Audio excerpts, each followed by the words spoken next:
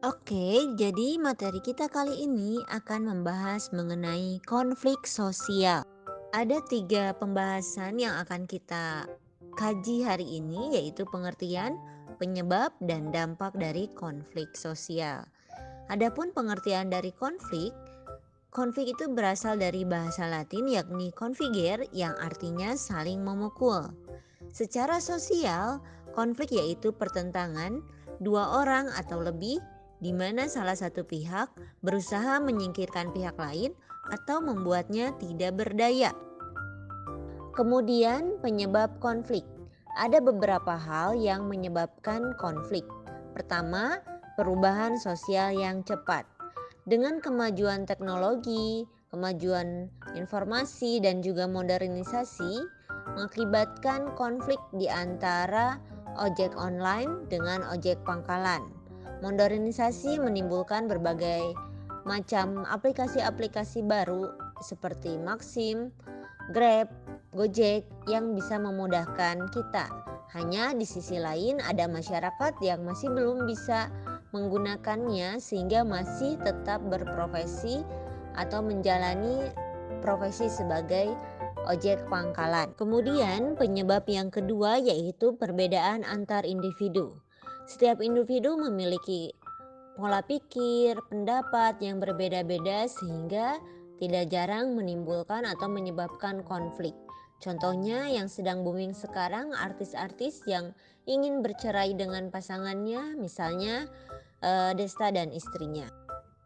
Penyebab yang ketiga yaitu perbedaan etnis atau suku bangsa.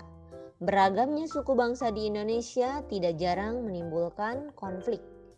Contohnya konflik besar yang pernah terjadi di Indonesia adalah konflik Sampit, yaitu pertentangan antara suku Dayak dengan suku Madura yang menimbulkan banyak korban jiwa. Penyebab konflik yang keempat yaitu perbedaan ras. Ada berbagai macam ras di dunia, di antaranya ras Negroid yaitu ras berkulit hitam, ras Kaukasoid ras berkulit putih, atau ras kita yaitu ras Mongoloid, ras yang berkulit kuning.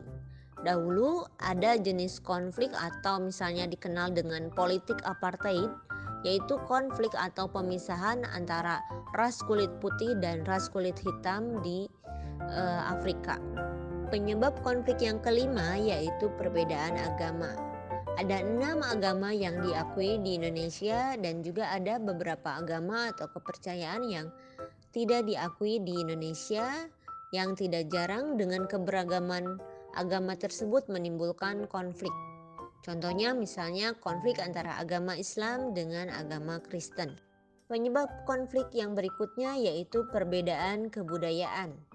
Beragamnya kebudayaan yang dimiliki Indonesia diantaranya bahasa daerah, lagu khas daerah, makanan khas, baju pakaian tradisional dan lain sebagainya tidak jarang menimbulkan konflik. Contohnya misalkan dari bahasa yang memiliki satu bahasa atau satu kata tapi beda makna. Misalnya seperti gedang. Gedang itu di Jogja, Jawa Tengah, Jawa Timur artinya pisang, tapi ketika di Jawa Barat artinya adalah pepaya. Kemudian setelah mempelajari berbagai penyebab konflik, sekarang kita akan bahas mengenai dampak konflik. Ada 2 jenis dampak konflik yaitu dampak positif dan dampak negatif. Dampak positif konflik yang pertama yaitu meningkatkan solidaritas antar individu atau antar kelompok. Jadi setelah adanya konflik itu bisa meningkatkan rasa kekeluargaan, rasa persaudaraan di antara pihak-pihak yang berkonflik atau ketika memiliki musuh bersama dari luar. Yang kedua yaitu membantu menciptakan norma baru dalam masyarakat atau menyesuaikan kembali norma-norma yang ada dalam masyarakat. Yang ketiga, mempertahankan nilai-nilai yang dianggap penting agar konflik-konflik yang telah terjadi bisa dihindari atau diminimalisir. Yang keempat, meningkatkan efektivitas dalam organisasi, perusahaan, atau masyarakat. Jadi setelah adanya konflik, manusia atau masyarakat mulai kembali kepada peran dan tugasnya masing-masing sesuai dengan hak dan kewajibannya masing-masing dan menjadikan aktivitas semakin efektif. Kemudian yang kelima sebagai penyeimbang dari berbagai kekuatan-kekuatan yang ada di masyarakat. Dampak negatif konflik. Yang pertama, menyebabkan retaknya hubungan antar kelompok sehingga muncul disintegrasi atau perpecahan sosial. Yang kedua, kerusakan harta benda dan hilangnya nyawa manusia.